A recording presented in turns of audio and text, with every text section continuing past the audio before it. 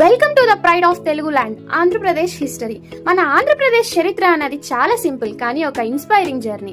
ఇది మన culture, courage ఇంకా కాంట్రిబ్యూషన్ ని చూపించే ఒక గొప్ప కథ. ప్రాచీన కాలంలో మన ప్రాంతం మౌర్యన్ ఎంపైర్ పాలనలో ఉండేది. అశోకుడు తన కాలంలో బుద్ధిజం ని ఆంధ్రాలో విస్తరించారు. తర్వాత శాతవాహనులు పాలించారు. వాళ్ళు అమరావతిని క్యాపిటల్ గా చేసుకుని ట్రేడ్, ఆర్ట్, రిలీజియన్ ని అభివృద్ధి చేశారు. ప్రత్యేకంగా బుద్ధిస్ట్ ఆర్కిటెక్చర్ చాలా ప్రాచుర్యం పొందింది. మెడివల్ పీరియడ్ లో ఇష్వాకుస్ వంటి లోకల్ రాజవంశాలు పాలించారు. తర్వాత కాకతీయులు వరంగల్ ని రాజధానిగా మార్చారు. Rani Rudramadevi she is one of the India's first female rulers.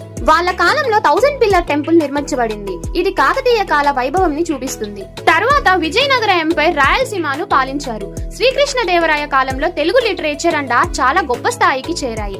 అతని పరిపాలనలో golden age of Telugu culture అని చెప్పవచ్చు.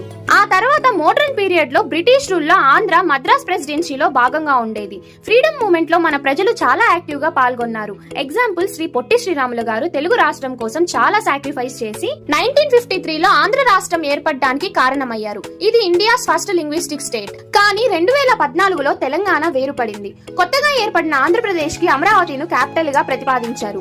ఈ రోజు ఆంధ్రప్రదేశ్ కల్చర్ అండ్ డెవలప్మెంట్ రెండింటిలోనూ ముందుకు సాగుతుంది.